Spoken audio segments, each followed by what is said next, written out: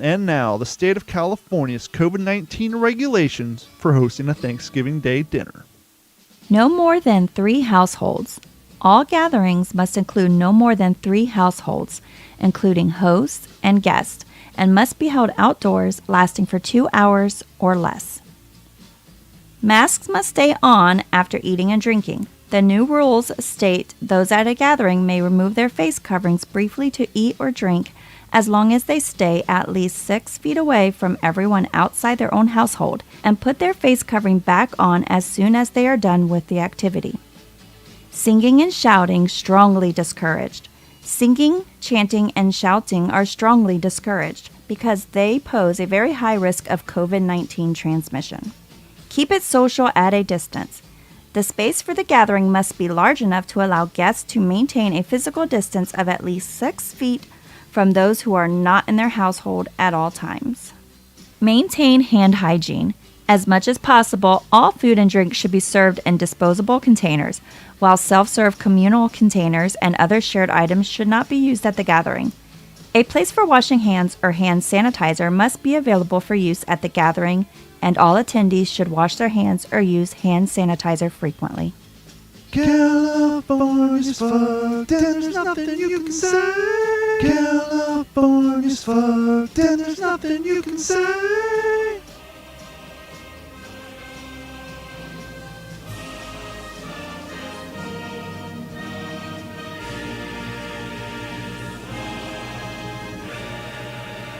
Digital 410 Productions proudly presents the What's in Your Head podcast.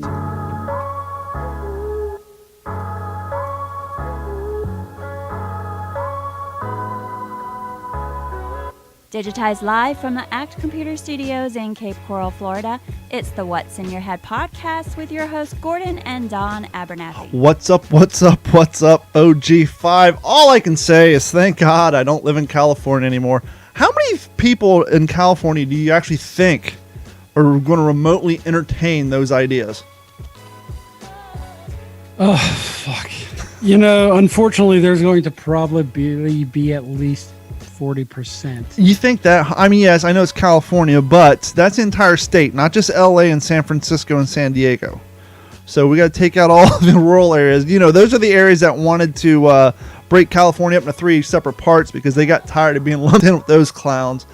But it's just, I mean, as you heard gently in the ending there, it kind of focused into the communist Russian theme song. But can you imagine even how, first and foremost, how's the state of California think they're going to enforce any of those laws? I mean, to say they're forcing people to leave. Yeah, they're doing that. But to say, oh, you can only have up to 3 separate households and your Thanksgiving has to be over in 2 hours. First and foremost, it takes, 6 to 8 hours to make the damn dinner, breakfast, lunch, depending on what time you eat it. What time do you guys usually do your Thanksgiving out there? Somewhere between noon and 3. Exactly. And so you start early, and you always tell people, hey, dinner's going to be at X time. But most people show up 2 or 3 hours early. So if What? No, nobody ever shows up early. Really? Not out here. They're on Greek time. Oh, okay. Well, most people show up a little early. So if you say, hey, we're eating at 5, a lot of people start pulling in around 1 or 2 o'clock in the afternoon, start drinking, hanging out, and all that stuff. But to say you can only do it for 2 hours or less, you're going to have like your dinner pinpointed or lunch, whenever you're having it, pinpointed to exact time so that everybody's there. Shake hands, hurry up, eat, clean up, and get the fuck out of Dodge before the brown shirts come and lock you and your family up. It's nuts. You mean the rent-a-cops?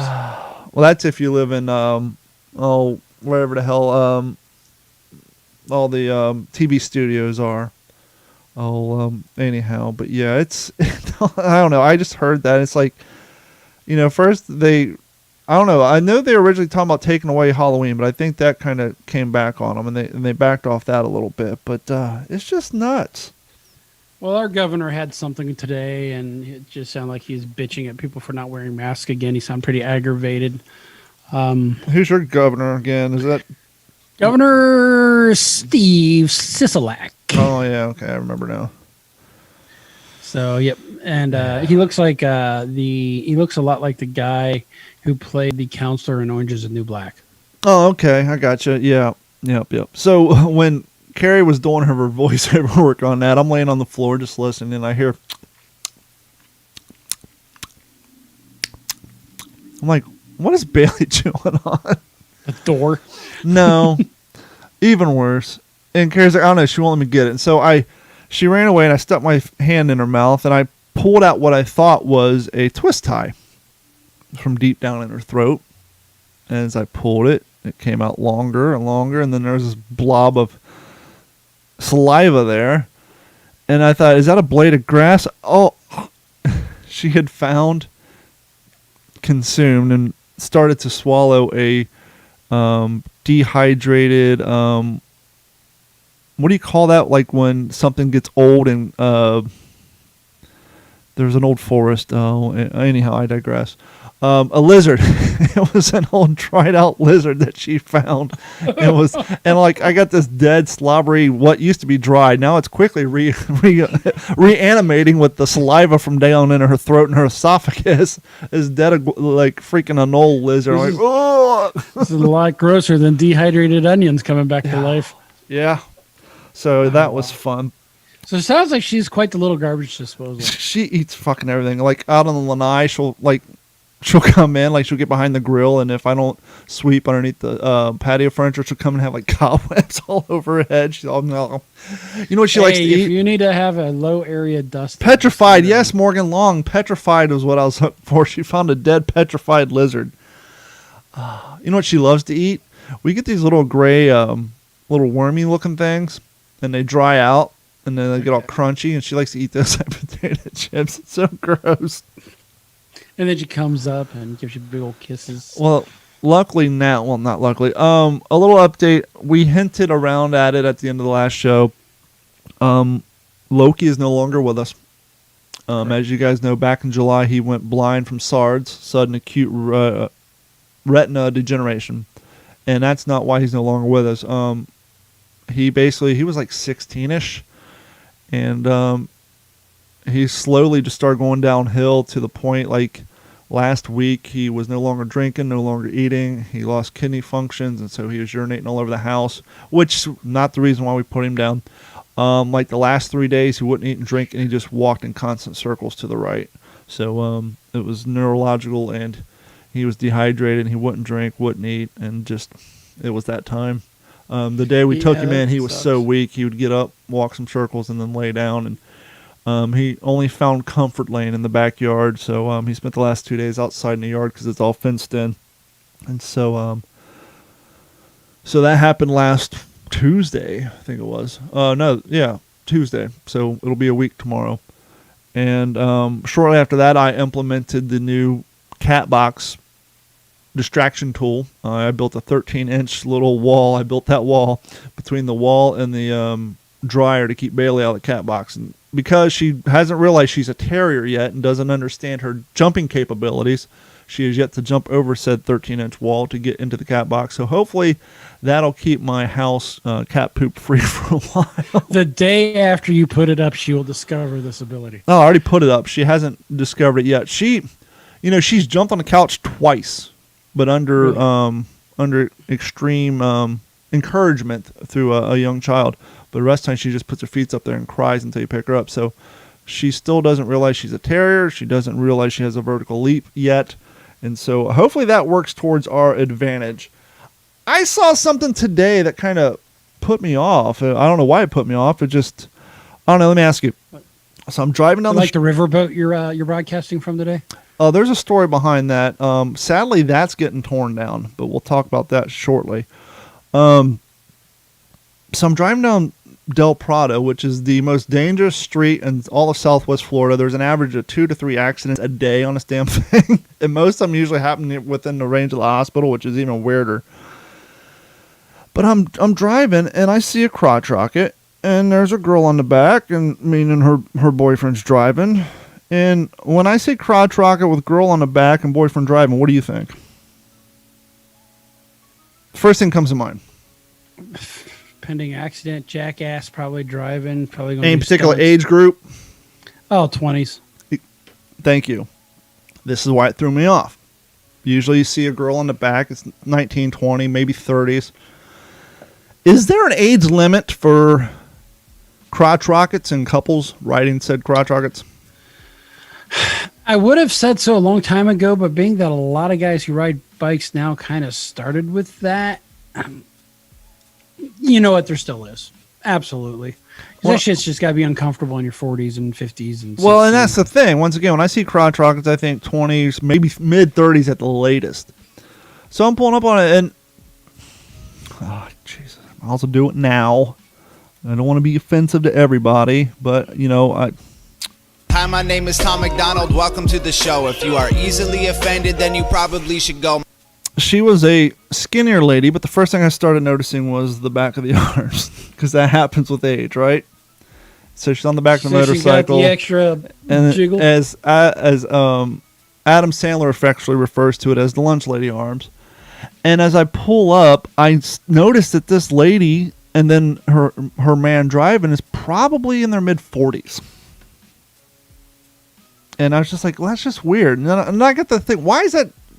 Why is that distract me as weird? What's wrong with me? And then I couldn't help but notice his rear tires on his bald. So that's, but then to reinforce me, in front of them on a Harley is an African American woman. Got her dreads. She has her cut on. She has her saddlebags with an Iraq stickers. Apparently, she served in Iraq. Roughly the same age, not riding together. Looked perfectly normal. So. And then I look back at them, and it's just something, I don't know, there's just something about seeing 40-year-olds on a crotch rocket, especially when you got one on the back. It just, I don't know, to me, it's like you said, there is an official age limit, but there seems like, I don't know, just like you said, whenever we think of crotch rockets, I don't know, I just think of 20-year-old kids out, you know, ripping shit up and having a good time. Yeah, it's kind of like 40-year-olds trying to do YouTube videos. Hey. Congratulations on guilty, your 10-pound weight loss, by the way. Oh, thank you. That's just a start. Hopefully. How's that going? It's going well. It's getting better. Actually, what's interesting, we did have a little slip. You slipping? But the slip was due to a party for my godson who turned 6. Okay. And I tell you what, you do not realize, and I kind of mentioned it in that YouTube video, you do not realize how much the world revolves around carbs and sugars and chips and shit until you go to a party for a 6-year-old. We did good. I did have one lumpia, which is kind of like a Filipino egg roll. And then we split a very small piece of cake. But otherwise, you know, everything is going well. Now, I tell you what, after that, I look like I bloated up 10 pounds, which is interesting.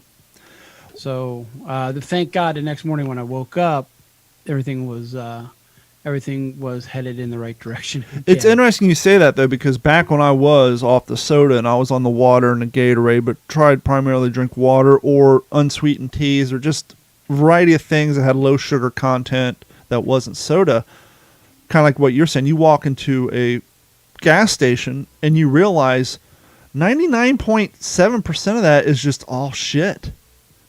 Garbage. Then you might have an apple here or there, an orange, a banana. Even video tell you bananas and oranges are packed full of sugar.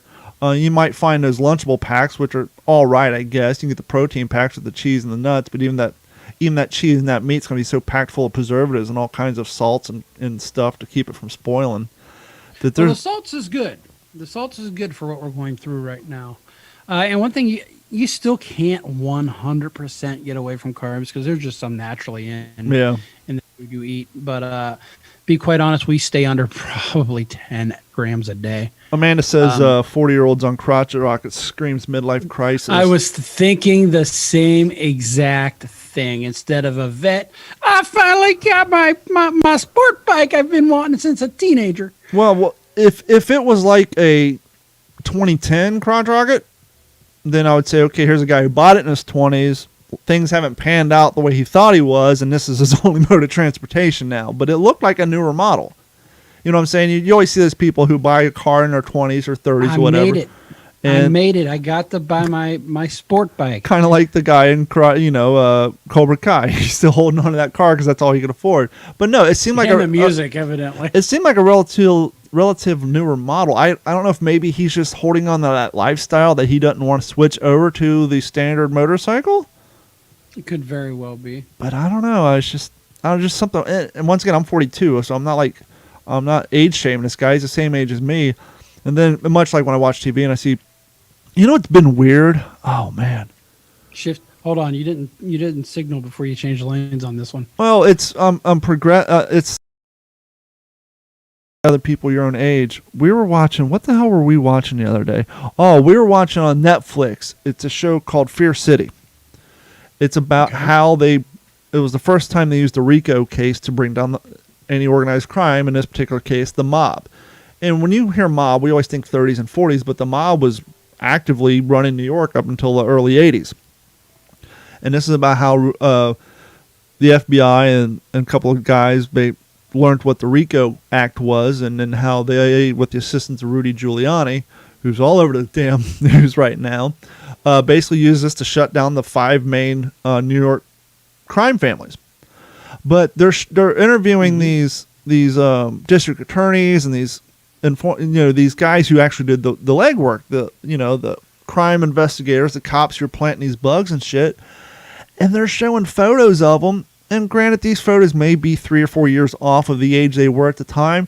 But this guy's like, I was 28 at the time. They're showing these photos. And it's in that 1970s style with the comb overs and all that. And I'm like, dude, you look 43 in that. They look like they're 40. Yeah, it's like, God, first off, do I look that old now? And two, they're saying they're 29 and 35, but they're showing these photos of the clothing era looks right.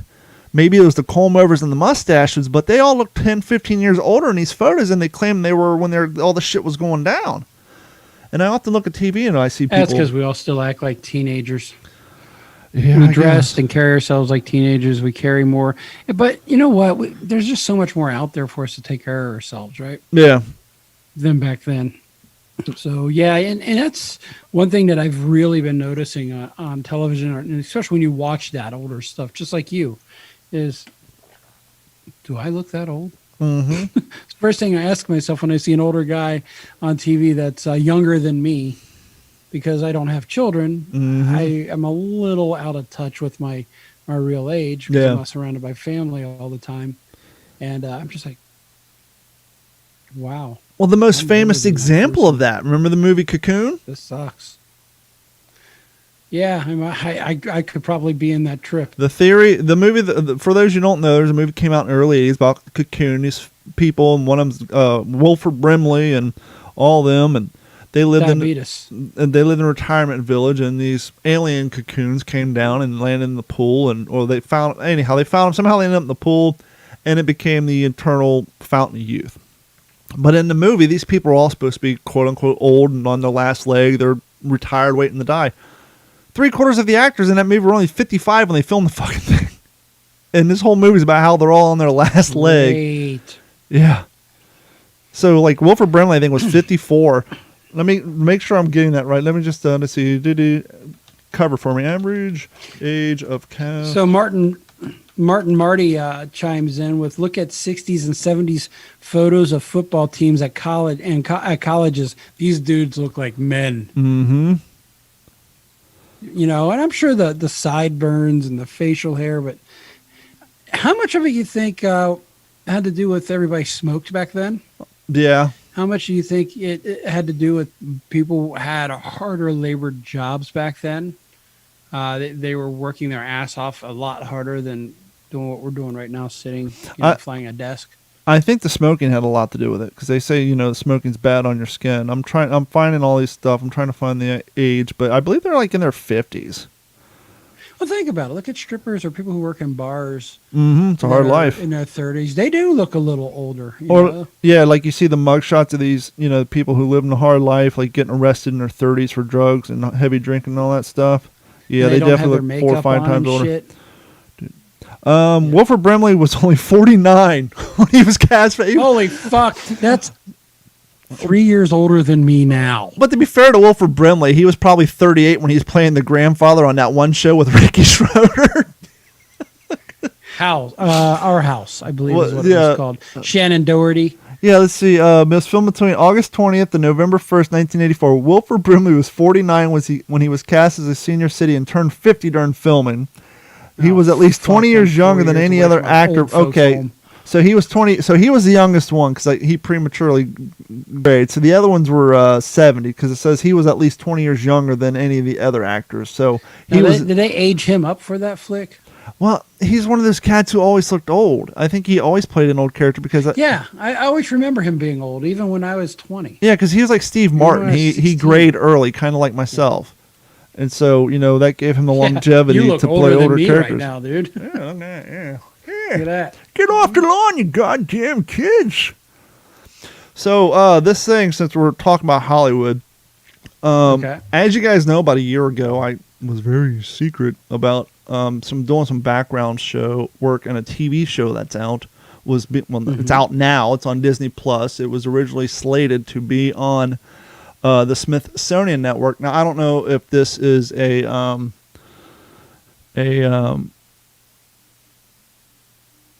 testament. I'm not sure of the word I'm looking for. I'm drawing a blank.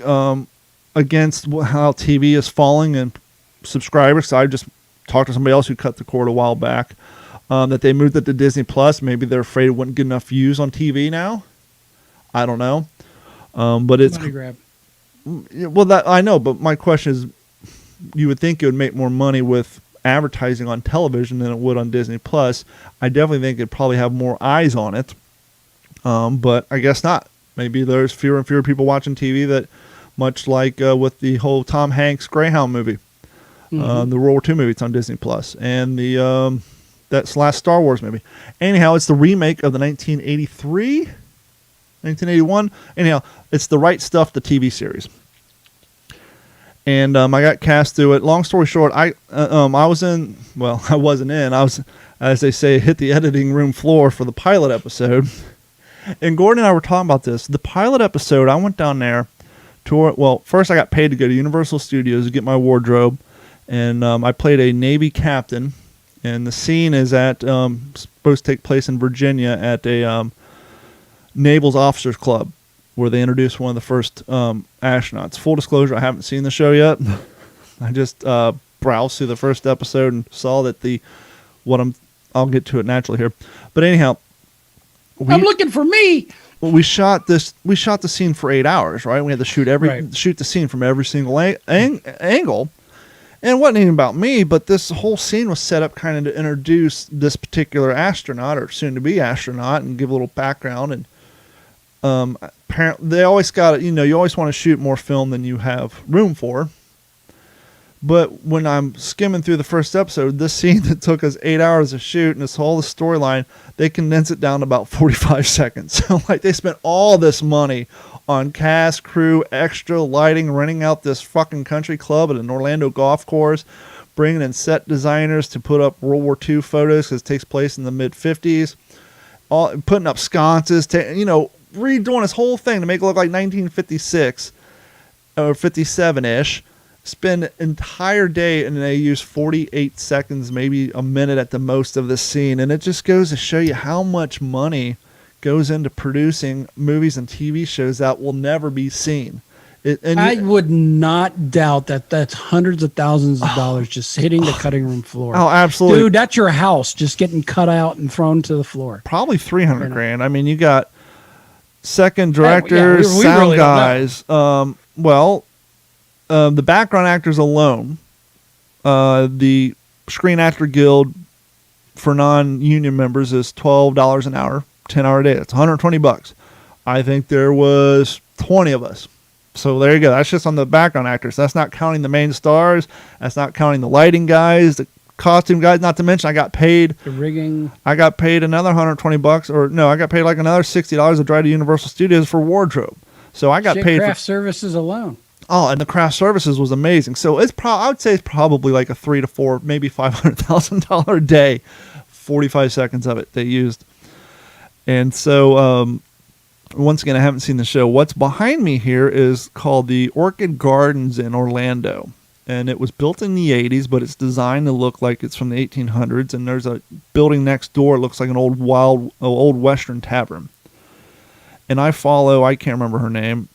She plays one of the wives of one of the astronauts on Instagram, and they posted a picture of a scene from episode 4, which is the New Year's Eve episode, which was shot here. at this place. That was a 2-day shoot, 12 hours each day. And once again, I haven't seen the show. I quickly fast forwarded through it. And the cool thing is they had the camera up on the stage when they're doing a countdown to New Year's Eve. And so when the lady brings her hand down, you have all the astronauts and their wives in the crowd, right, counting down. And as the lady, because she's doing, I know you guys, and as she brings her hands down, you'll see my face, because I'm the tallest motherfucker there. You'll see my face counting down over all the main stars. So out of that 2 days, I think I'm like in maybe 3.4 seconds, but I did get a little bit of screen time on that one. But sadly, this place here is getting torn down from what I understand. And it kind of sucks. It's a nice, apparently you can have wedding receptions and all that, but if you go on Google and Google the Orchid Gardens Ballroom in Orlando, that's what that is behind me. Now, is that truly a historic building? No, it was built in the 80s to make it look like it kind of. Oh, okay. Yeah, but I mean, then it's not a big loss. No, but it's that all that stuff right there is like all cast iron. I mean, it was built to look like historical stuff. I mean, that's not. It's a damn awesome place. It's not foam like out here in Vegas. No, it's not foam and pressure treated. It's all cast iron. I mean, it was a shit ton of money. So if you guys have Disney Plus, go check out The Right Stuff. And on the New Year's Eve episode, when the camera's up on the stage and she's counting down, you'll see my ugly mug staring back at you from the crowd. Man, this motherfucker's just too tall. We got to cut him out. Well, the funny thing is when I went to Universal Studios for wardrobe on that one, I walked in there and the wardrobe lady saw me and she got pissed. She said, "You're too tall." Oh, hell no. She's like, "I told them no more tall guys. I don't have existing suits. It's cost too much money, but don't worry, you're here." So they did all my measurements and I came for shooting and they put me in a fucking 3-piece Ralph Lauren suit. Perfectly tailored to my size.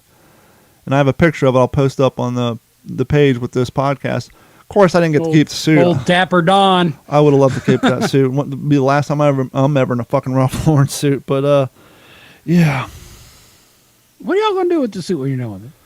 Anyway, well, I'm 6'5", so that means the next person who's 5'11", they can just hem it on down. They'll get many uses out of it, opposed to if I was 5'3". We can use it for you or Jared Padalecki. Yeah, or the guy from maybe the guy from no, he's probably heavier than I am. I was gonna say the guy from Everybody Loves Raymond. He could probably fit in it. No, he's probably a little taller than I am.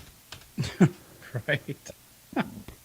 So I got my second community standard video removed from TikTok, but this is the first one where they cited me for bullying. You know what's funny is even people like Dr. Drew is starting to move over to Locals and Parler because he's tired of the toxicity that is in the other social media platforms. What's Locals?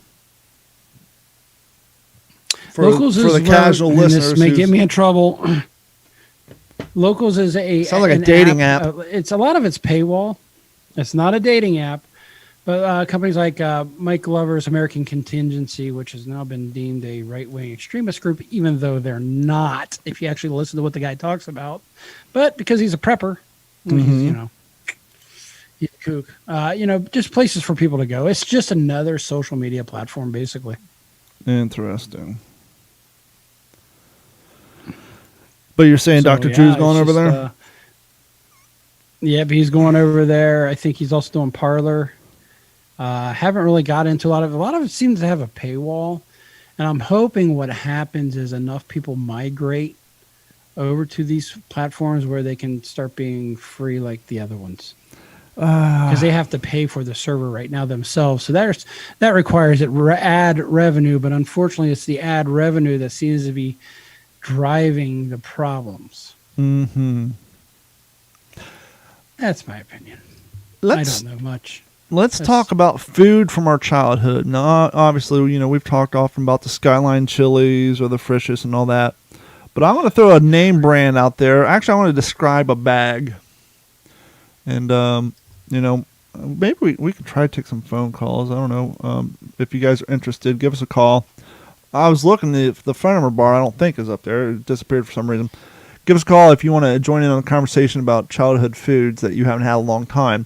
239-932-8676. If I were to describe a bag of barbecued potato chips that's black and red foil with a little chef on there named Grippo. What do you think of? You don't remember Grippo chips? Dude, I'm lost. Nanan do used to not buy remember those when Grippo we were chips. kids down at the river. I was okay, it's vaguely coming in. You know, what I remember If from you- her, though, is Dipsy Doodle Noodle. If you actually saw the bag, I was at Skyline Chili the other day, and they had the little bags there. I guess they shipped them in, and I saw them, and all these images of our childhood started flooding back. So, oh, Grippo chips. I didn't buy them because I'm trying to stop the carbs, but it's just there's just little. You just got to do it, dude. I'm thinking about there's just little things though that little foods that they don't Oh, there either it make is. now or recognize the bag now. Oh, yeah, it just came right Yeah, it comes back. rushing back. Is there? Those things are fucking awesome. Yeah, they're like the best barbecue chips ever. I'm gonna have to go buy a little bag. I can get a case of them on Amazon for $50. But that's more than I want to spend on potato Yeah, chips. I'm staring at the case. Grippo potato. 24 2.75 ounce bags. Dude, you're killing me over here. Those are like the best barbecue flavor, and I had forgotten all about them. And it's just one of those things where you see it on the shelf, and all of a sudden, all these little memories come rushing back to you from when you're a kid. It's like, oh shit, Grippo potato chips. I remember it now. Mm-hmm. For those of you watching online in the live stream and in the chat, what are the foods that you guys remember as a kid? Still not on TikTok, standing strong. Want you blah blah blah blah blah. So check this out. Grippo's Chips is a snack food company headquartered in Cincinnati, There Ohio, you go. beginning in the operation in the year 1919. The company grew regionally, adding varieties of snack foods to its production. The company was founded by Angelo Grippo and originated from a one-room office on Court Street in downtown Cincy. Today, the business is headquartered in Coleraine Avenue in Cincy. So, yeah, that's it, man. And they started out by manufacturing rolled sugar cones. He later added traditional hand-twisted pretzels, which he sold for a penny at retailers throughout the greater Cincinnati area in 1923. Didn't Pringles also start in Cincinnati? But they didn't start until 1967. I don't know if they did or not. And I think there's but no, those, if you guys live in like Columbus or Cincinnati or any of in that area, or you can go on Amazon, if you like a good barbecue potato chip, Grippo's is where it's at. Well, Pringles did originate with P&G, Procter & Gamble, which is out of Cincinnati. Yeah, I know there's a Pringles So- Avenue down there. Yeah, so it's God, that was like my favorite chip as a child, and that we'd never get. And it was Maybe that's why we forgot about them, because once you left the Cincinnati regional area, they weren't available. And then obviously when no, it was Snyder's of Berlin. Once we went to Ohio, yes. we always got those Snyder's of Berlin chips. Mm-hmm. Dude, you're making me talk about carbs. This Yep, is bad. carbs. You know you're going to order a case of Grippo potato chips. No. You want to hear the flavors they've got now? And if it Oh, ain't those are barbecue, I Zapper. ain't going to bother. That's Zaps. Nope, wrong brand. Zaps. What the hell is Zaps? Zaps.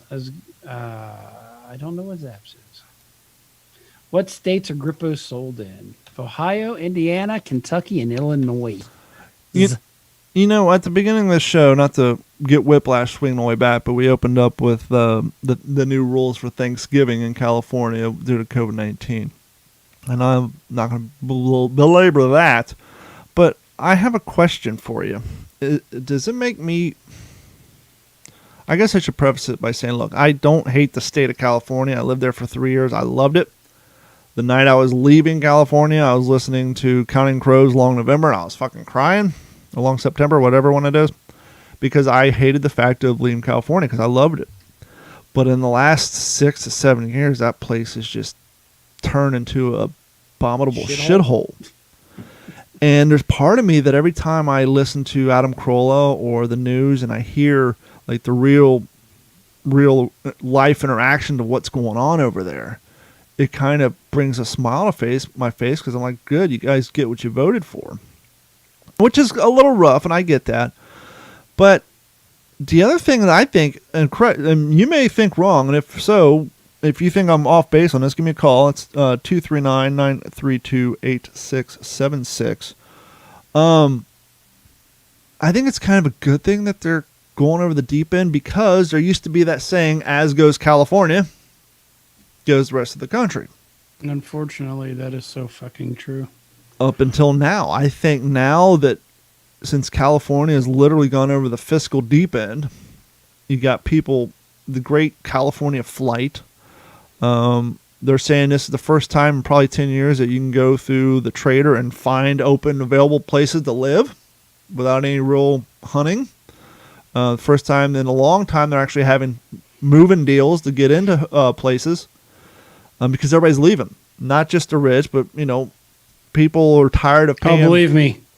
I see the license plates around here. Yeah. There's actually a meeting that I knew somebody was with some local businesses talking about how many Californians are moving in and how they may very much change the voting demographics here even more, which is not a good thing. Well, politics aside, you got people who are spending $1,500 a month, $2,000 a month for a 1-bedroom, 2-bedroom apartment. And that's bad enough. But now that, you got squatters living in your front yard and all the craziness going on, and people are leaving, and rightfully so. But maybe it's a good thing. Maybe they'll finally reset their And that's the other question. Do you think the core people who stay behind will continue to vote the same way? Or do you think finally enough of them will say, okay, we got to try something different? I think it depends on how deep their pockets are. I don't know. I hope that this is, as you say, a tipping point to push back the other direction. And it very well could be. I don't know. It's not sustainable. And seeing other cities that are a very similar situation, look at Chicago, for example. They're struggling they've got some of the highest tax rates out there in the Midwest. People are fleeing there too. Gun violence is through the roof. But yet they've got the strict, you can't even really have a pistol in the city limits, my understanding. But yet they blame other states for those coming in. And it's just, come on, y'all need to look at yourselves in the mirror, both all these areas who want to just feel like we just don't have enough money and we need to raise the taxes so we have enough money. No, you got a fucking spending problem. Mm-hmm. You need to say, okay, this shit don't work. Gut that program. Yes, you're going to put people out of work, but guess who? What you just put how many people out of work over this pandemic? Well, the interesting thing you're destroying private lives, private sector families, but let's keep our core government people working because they toe the line.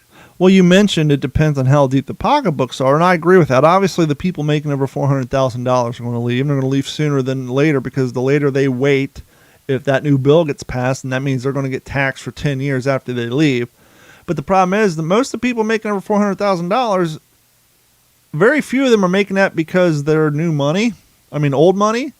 Most of those cats are business owners, and so when they leave, they're going to take their businesses with them. Thus, their employees are going to lose employment, and even the people who don't have deep pockets, as the quality jobs start to leave and they decide, hey, I don't want to be 40 years old trying to fight to get a job serving tables or working fast food. I'm leaving the state too to go find more quality employment, find me a career, not just a job. And I think the middle class is going to start leaving too.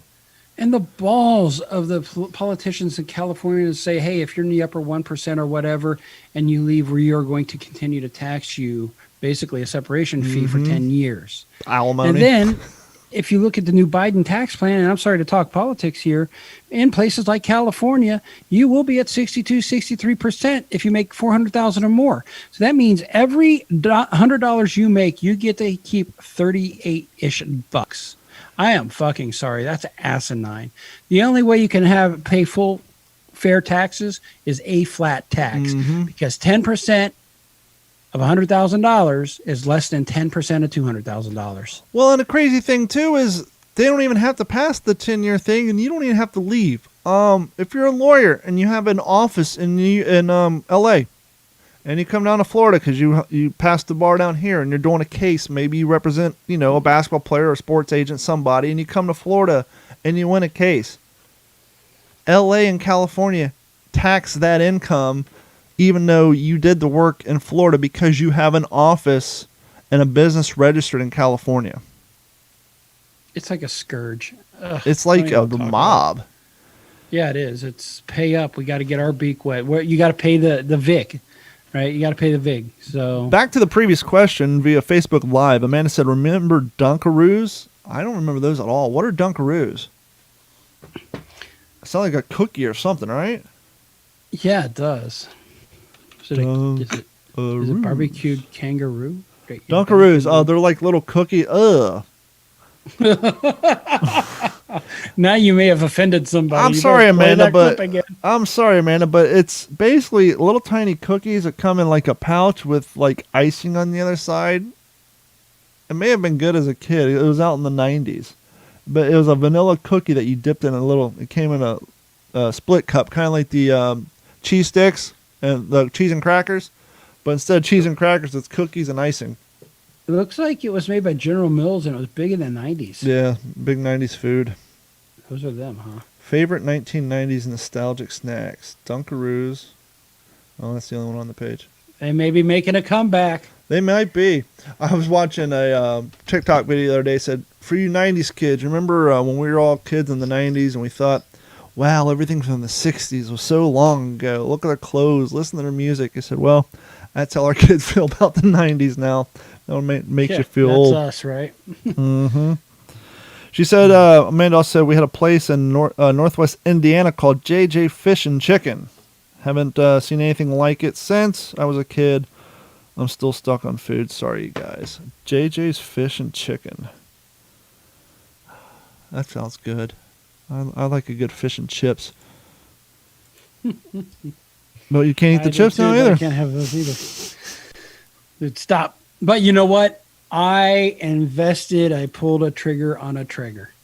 Who won on a A Traeger grill. It uses wood pellets. Not that you had a choice because your other one was inundated with rats and rat urine. Pretty much.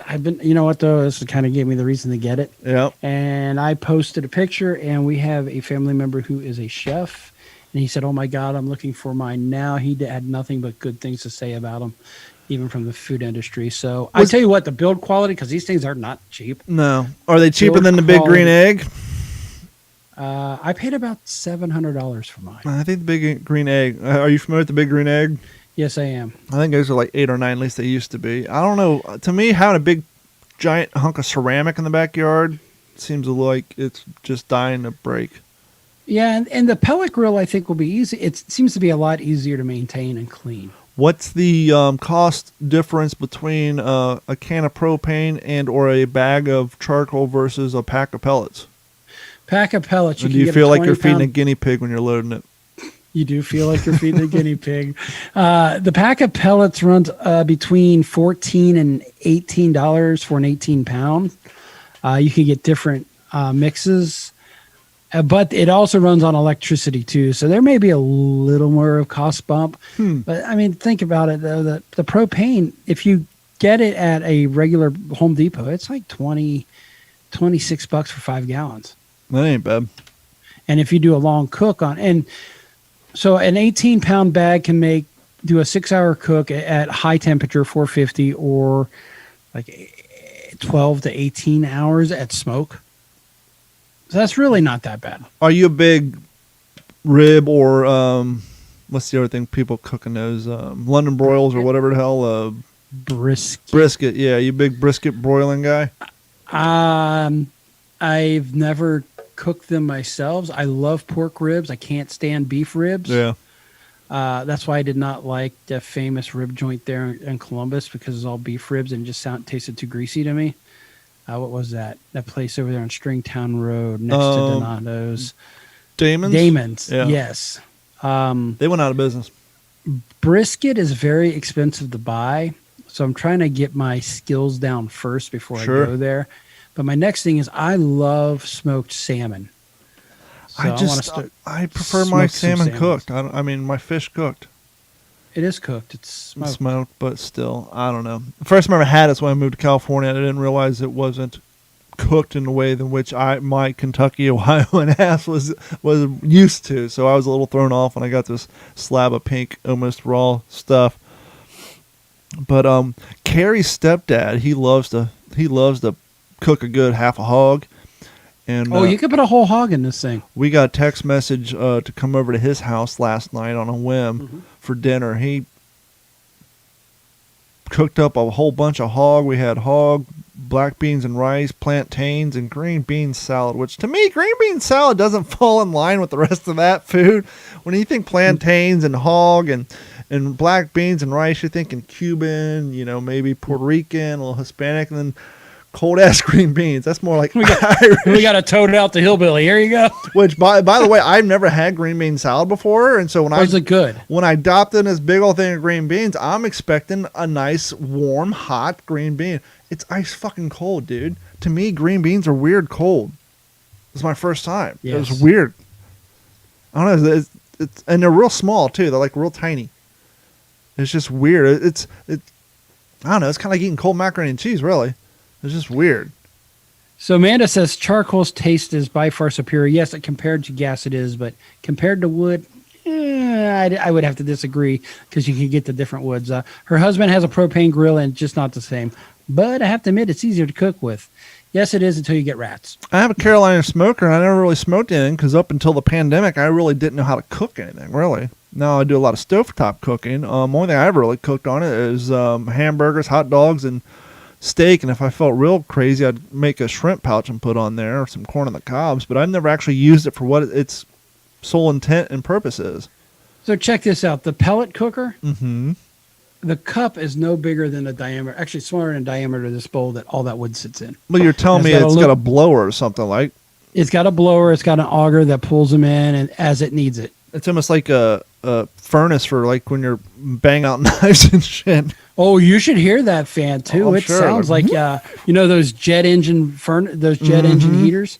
That's what I called them anyway. Yeah, it sounds like that. Have you noticed this new fashion among jewelry for men where they're wearing rings on their middle finger? No, I don't pay that close attention. Well, I first noticed it during the Amy Judge What's-Her-Nose thing where they're Trump, the Supreme Court Justice What's-Her-Nose. And Barrett? Yeah, Booker, the Democrat Booker, he was drilling her and he had a wedding ring on his middle finger. And at first, I went this way. I said, is that a gay thing? Cory Booker's Is not that gay. a wedding ring or is that just a ring? It's a big, thick band. It looks like a male's wedding band. I'm like, is Cory Booker? He's not gay, is he? I don't think so, but maybe he is. I don't know. I'm not up on my men's marriage, band, but you never see a dude with a what appears to be a wedding band on his middle finger or his left hand. And I was going through a restaurant today, and the kid who opened up, he had what looked like a wedding band on his middle finger. I'm like, what is this middle finger thing? So I pulled in the parking lot and do what I always do, get out my phone and Google it. From Gentleman's Gazette, there's a whole page about placement of rings on men's hands, and scroll on down to the old middle finger. It's most well known for the obvious gesture you can make with it because of that. Very few men choose to wear rings on this finger. If you ever put a ring on your middle finger, you can notice that it gets in the way of lots of things, blah, blah, blah, blah, blah. Wearing a ring on your middle finger is a very bold choice that gets noticed and maybe can ever be a conversation starter, but apparently it represents balance and accountability, which is a bit of a stretch if you ask me. Yeah, a politician? Yeah. Right. But I don't know. To me, it's just weird to see like a wedding band on the middle finger and to say it represents accountability and balance. It's like, really? I don't know. To me, it's just weird. But now I'm seeing more and more dudes do it. So I don't know. So if you see a cat, I also say it's because of the central location. The middle finger has helped symbolize the balance and responsibility associated with Saturn. Since Saturn's metal is lead, and simple gray metals like steel are common choice for the middle. Yeah, it is usually like a black ring, but a lot of men's wedding bands are black now, so that's kind of a style. So that's why I just assumed it was a wedding band, but I guess it has to do with getting in line with your chakras or some shit. I don't know. Balance and accountability. I'm not balanced or have accountability, apparently. Yeah, me neither. What can you say? Well, that's fellas, if you're trying to convince your wife that you need a 1983 square body Chevy, she wants to know why. A good excuse, or not even excuse really, is durability. I was driving over the bridge the other day, And of course, traffic is all backed the fuck up. And here's one of the things that drives me nuts, right? So there's an accident in the right lane. Everybody's in the left lane for like a mile and a half. And you can see everybody's already over. And so there's a mile and a half of right lane open as everybody gets over. And then so you make your way over and you still got the mile and a half. And you got these assholes, one or two of them, that drive up the open lane and they try to get over at the last second. Guess That's who don't let zipper merge, and it actually works well. In a normal instant, yes. But when there's a car accident... Yeah. And everybody else is sitting there, and you decide to, hey, I'm special. I'm going to drive past 38 people and then squeeze in at the last minute. I'm sorry. I'm not letting you over. You can kiss my ass. You can get back there like I did when I saw it and everybody else. Hand off. But I get up there, and it was like a 1984 square body Chevy that rear-ended a BMW. Guess which one of them was in better condition after that accident? Which passenger was better conditioned? That's the question. Well, there wasn't a passenger. The BMW is all crunched up. The driver of the square body Chevy is looking at it like, son of a bitch, where am I going to find a 30-year-old grill? Because that was the only thing smashed. Because this thing's a fucking tank. Bitch, how am I going to pay for this? The thing was a tank. I mean, you can't bend those things. And so only thing that got even remotely dented was his grill got cracked. Meanwhile, his BMW is completely destroyed. It's like, well, enjoy your crumple zones. I got my tank over here. But yep, so there you go. If you want a nice durable vehicle, get yourself a square body Chevy. Dad had one of those. His brown truck was a square body Chevy. Brown. Yep. Rusted out floorboards.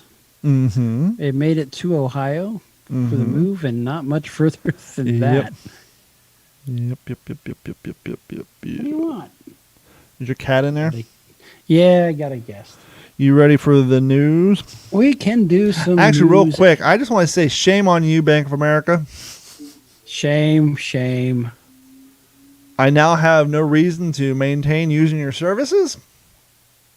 So for the longest time, you get paid, you take your old paycheck down to the ATM at Bank of America, you deposit it, and 75 to 80% of it's available instantaneously. The rest is due or available on the next business day. Okay, cool.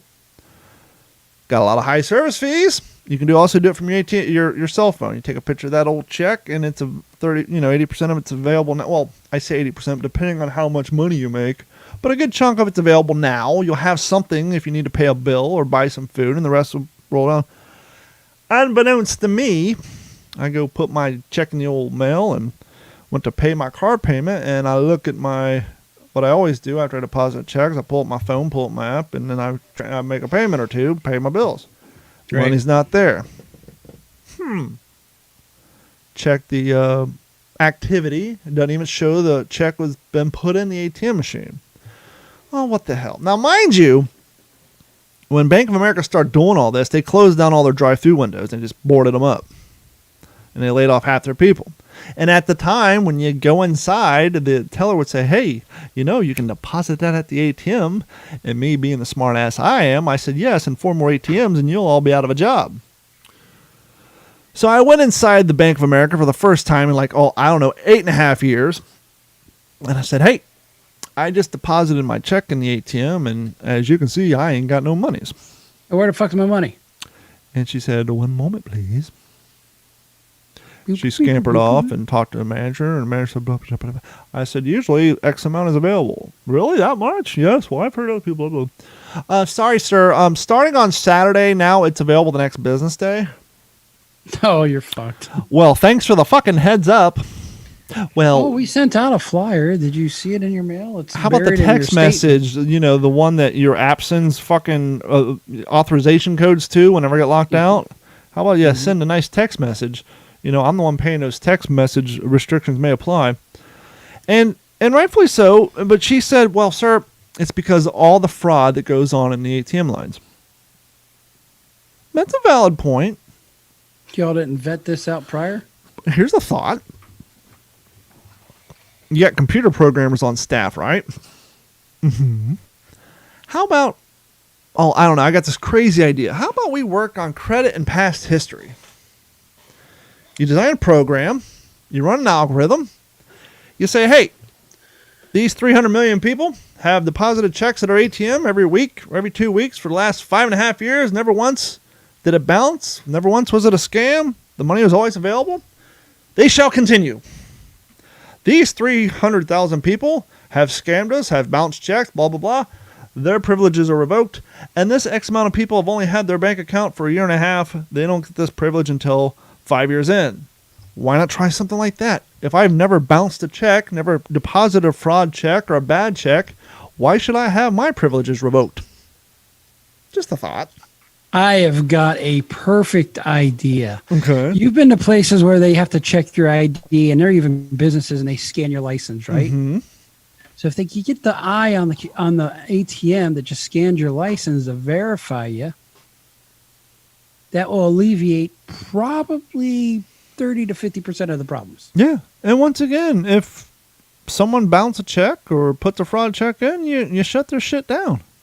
This is the same place that once they fired all their drive-thru attendants and they would shut up their lobby at night, they would lock the front door, but they would allow you to use your ATM as a passcode to open the front door to get into the lobby. They'd have a grill down for the rest of to access the inside ATM if you felt, unsecure outside door, if you're depositing large amounts of money or something for your business.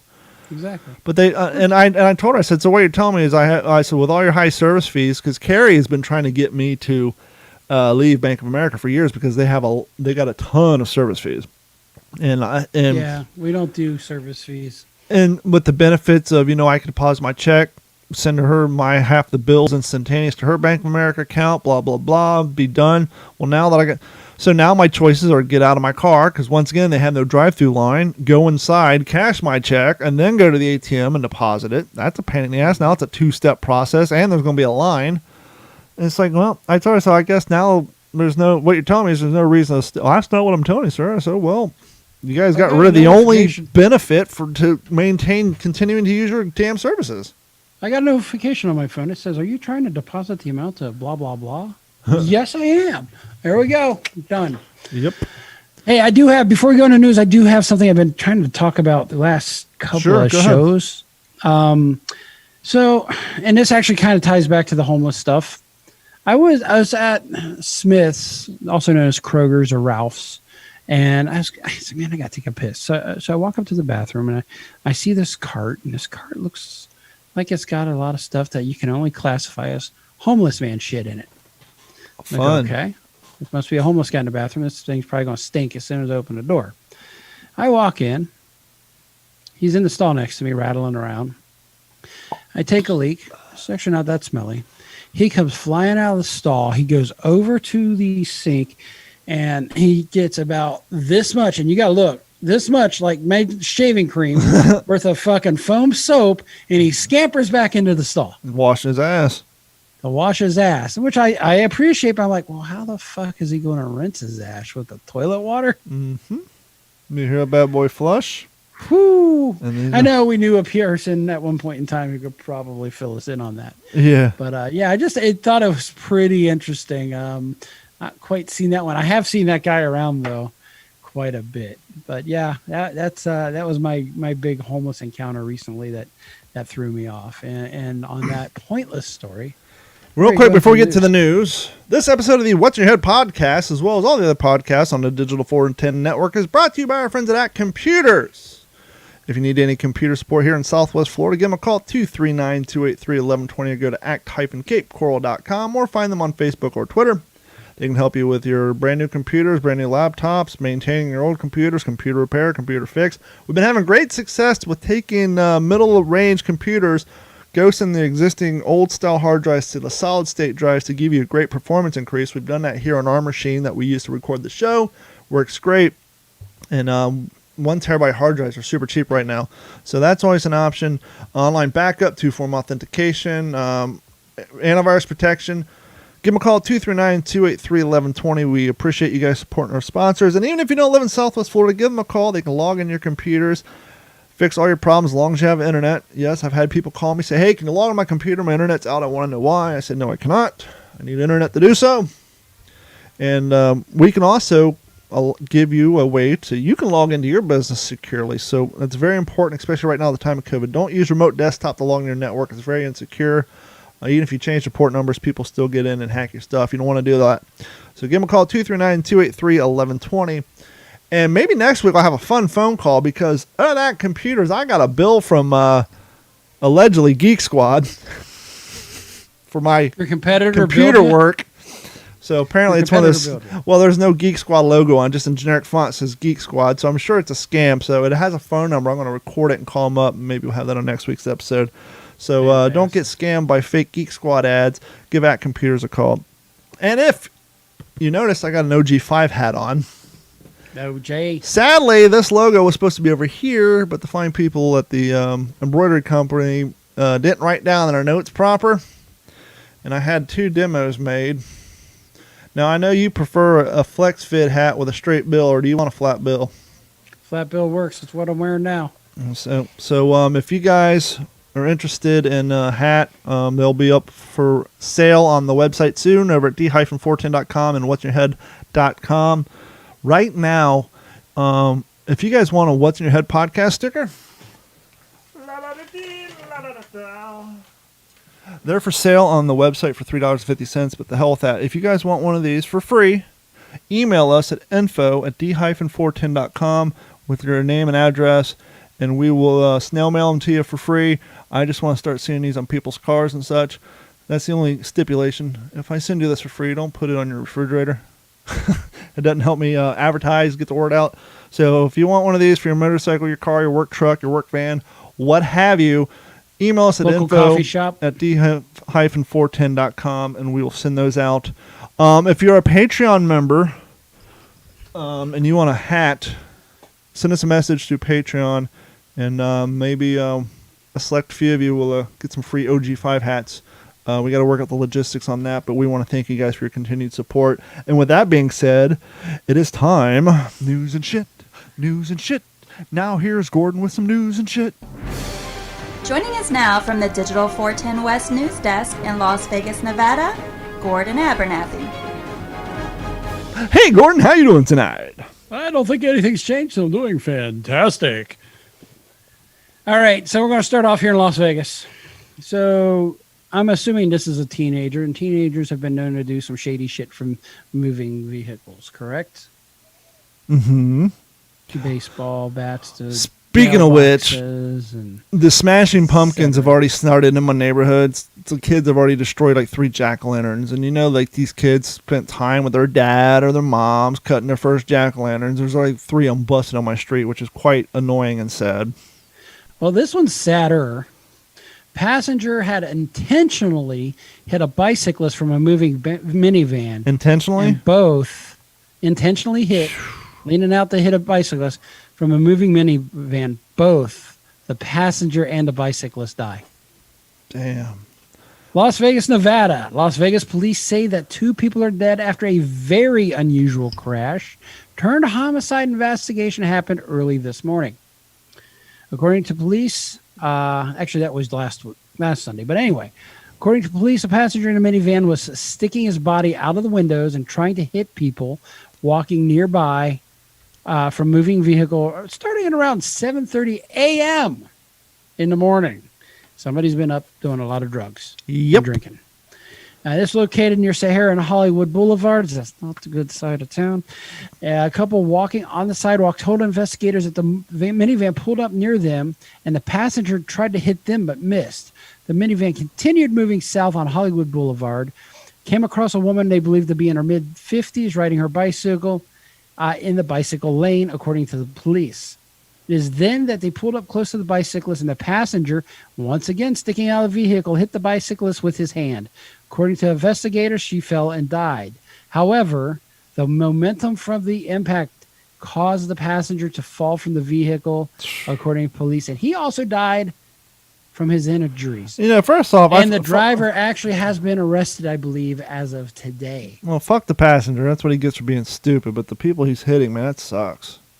Whatever happened? The wheelman's got to get in a little bit of trouble too. Whatever happened to the good old days, like what we used to do on the country roads? What you do, kids?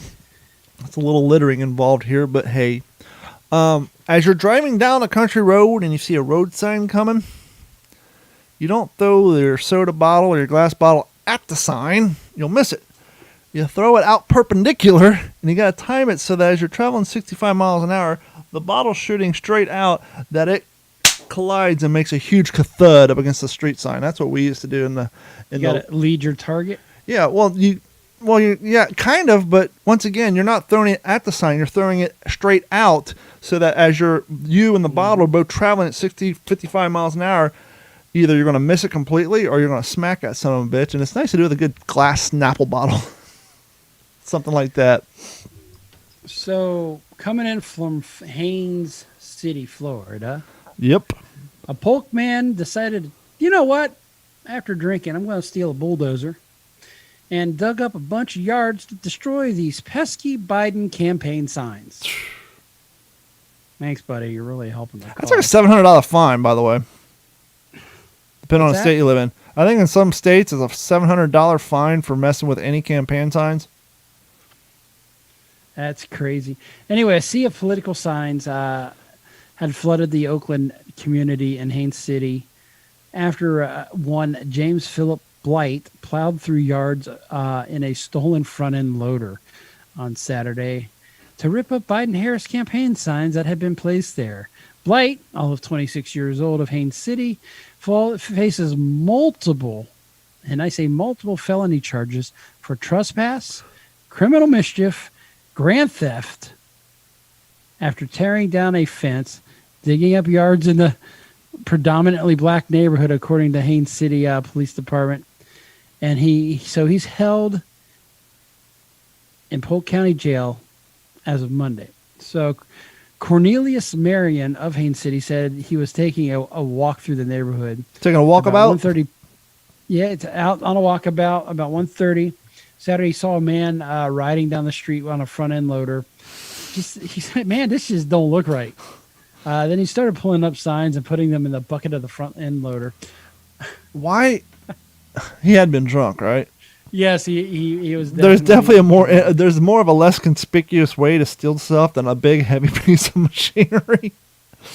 I remember when at computers, it's that whiskey bravery, right, or that alcohol bravery that makes people do stupid shit. But I remember when at computers had their first shop, someone took a front loader because it was back when they were building the Chick-fil-A and the Super Target across the street. Someone stole the front loader, drove it over to Pine Island, went over to the old Fifth Third Bank, and used it probably the old ATM out of the wall. I don't think they ever found that son of a bitch. Remember the show The Catch a Predator? Mm-hmm. They filmed like the first season down here. Well, this actually, Vegas police had warned about this. This actually kind of is going on across the country, including Ohio. But Las Vegas police warn against amateurs catching real child predators online. Have you heard about this at all? No, but there's a guy on TikTok who's constantly raising money for bail because him and his brother go around and actually physically assault real pedos. I think this may be the guy we're talking about. So the problem is actually Las Vegas police warning against people trying to pose as underage children in order to confront and catch would-be predators. One YouTube creator says he's been doing this service for the community and was inspired by that 2000 show. Chris Hansen, the notorious Chris Hansen, was a big inspiration for us, says 18-year-old Zirk. Zirk, who declined to give his last name, and his friend Keen had spent the past year posing as underage boys. Boy, they're barely overage boys. To lure older men into confrontation. Much like the show, which had ended a while ago, their channel has almost 10,000 followers and viral videos. According to Zirk, the confrontations can become heated. Yeah, no shit, Sherlock. To be 100% honest with you, it's very, very, very nerve-wracking. In this day and age, we really don't know what people are thinking, what they carry in their car and carry on their person. So the trap begins online and leads to the arranged meeting location. Once there, Zirk poses as an underage boy, and once the discussion is made about possible sex acts, his partner rushes over with the camera rolling to begin the confrontation. Yeah, that's a different guy because this guy is bald head with a long, like 8-inch goatee, like Pantera style, and there's no way he's passing off as an underage boy. So Keen and Zerk are based in Ohio. No, there you go. And say that they've caught at least 2 teachers looking for sex with underage teens. Fucking gross. So watch those teachers, man. Las Vegas police says this trend is also happening here. A quick search on YouTube shows several videos of people setting up their own stings in order to catch potential child predators. So police are saying, man, don't take matters in your own hand. Leave it up to the authorities. Yeah, Chris Hansen already had the cops there and armed security. Interesting thing about that show, they would do that. They would team up with this website called Perverted Justice. Now, back when I lived in California, and up until recently, I host my websites with this company called Lunar Pages, who have since sold out. Not emotionally, they physically sold their business, and the kids retired. But for a while, we hosted the website pervertedjustice.com, and we had to get rid of them, not because of what they're doing, but because we got tired of every 3 days the lawyer representing one of these perverts would call us up, threaten to sue us, not me, but the company, for hosting the website. And we're like, look, we just provide the service in the web space. Our rules, as long as they're not breaking any California laws, that they can host whatever they want. But because it basically, we spent so much man hour time, handling these phone calls and emails, it just got to be too expensive to deal with it. They're equivalent it to entrapment. And plus, they're on a shared server with a bunch of other websites, and so when a lot of these perverts would try to do DOS attacks and bring this site down, it would affect all the other websites on the same server. So we had them to politely ask them to find a new host, if you will. All right, well, our last story is a good one, at least for one guy, out of Dearborn Heights, Michigan. And what most people would consider a lucrative mistake, a Detroit area man who accidentally bought an extra lottery ticket has won 2 $1 million jackpots. A lot of tax revenue. Yeah. Samir Mazahim, 56 of Dearborn Heights, said he was saving numbers on a lottery app after buying a $2 ticket for June 9th Mega Millions game. He then realized he had purchased a second ticket with the same numbers. So he won 2 $1 million lotteries, and after taxes, he got $400,000 on both combined. Yeah, if he could get even 1 million out of it, he's still looking good. He goes, I was a little bummed, but didn't think much about it until he recently logged onto the app and found that he had 2 $1 million winners. So think about it. He bought 2 tickets. Each of them, same number on accident. Oh, so yeah. Each is worth $1 million now. Well, now is it, or do you have to split it? It's not the full payout. Yeah. He hits some of the numbers. So he goes, I couldn't believe it was real. It took several days for the reality to set in, and that my mistake had paid off to the tune of $2 million. He recently claimed his prize and plans to buy a new house and save the rest. Burgess said he was taking a shower at his aunt's house in Winter Haven when he got the call that somebody had just torn through his fence, which evidently now he's got money to fix it. Yeah, so Dearborn, Michigan, you can live like a king for $50,000. Yeah, so needless to say, that was a trip. I'm sorry for that last line. That actually came from the previous story. But anyway, he won the $2 million. I mean, that is absolutely awesome. I'm not a big lottery player, even if we had it in the state. But you don't. Never was a fan of it. Well, that is going to wrap up this episode of the What's in Your Head podcast. Thank you guys for your continued support. And as always, please head over to d-410.com. Click on that Patreon link. And especially right now, because we're going to start talking hats and damn near next to free hats. Sign up for Patreon. It's $1 a month.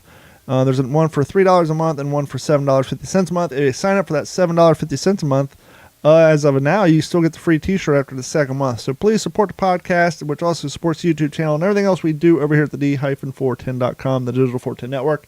Head over there and sign up for Patreon.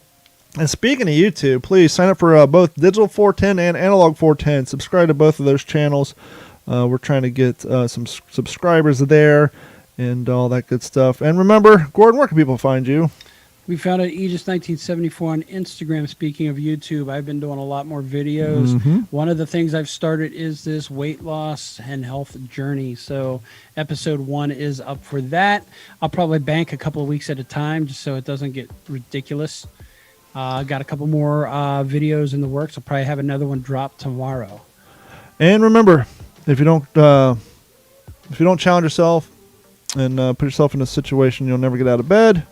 So go out and achieve your goals and do good things for yourself and your family. And as always, I know I was completely wrong. I completely went blank. I was thinking about other things. I actually getting ready to book a guest for the Fail to Fail podcast. So if you guys haven't checked in on that in a while, not to mention What's the Scuttlebutt podcast has got a new one getting ready to drop.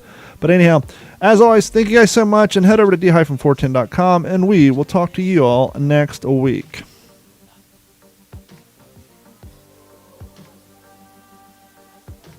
This has been a Digital 410 production.